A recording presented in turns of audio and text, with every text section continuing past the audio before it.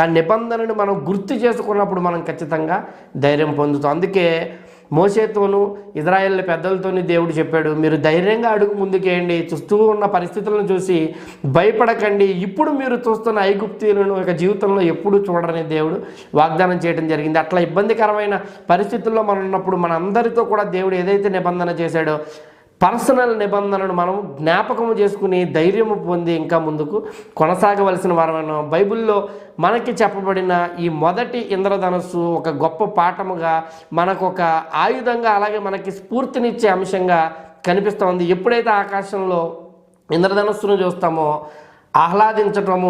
ఆహ్లాదముతో ఆనందించటమే కాకుండా దేవుడు మానవాళితో చేసిన నిబంధన మనకు గుర్తుకొస్తుంది. అలాగే మనతో ఆయన చేసిన నిత్య సత్య పర్సనల్ వ్యక్తిగత నిబంధనలను గుర్తు తెచ్చుకొని ధైర్యము పొంది మరింత గొప్పగా దేవుని కొరకు మనము అడుగులు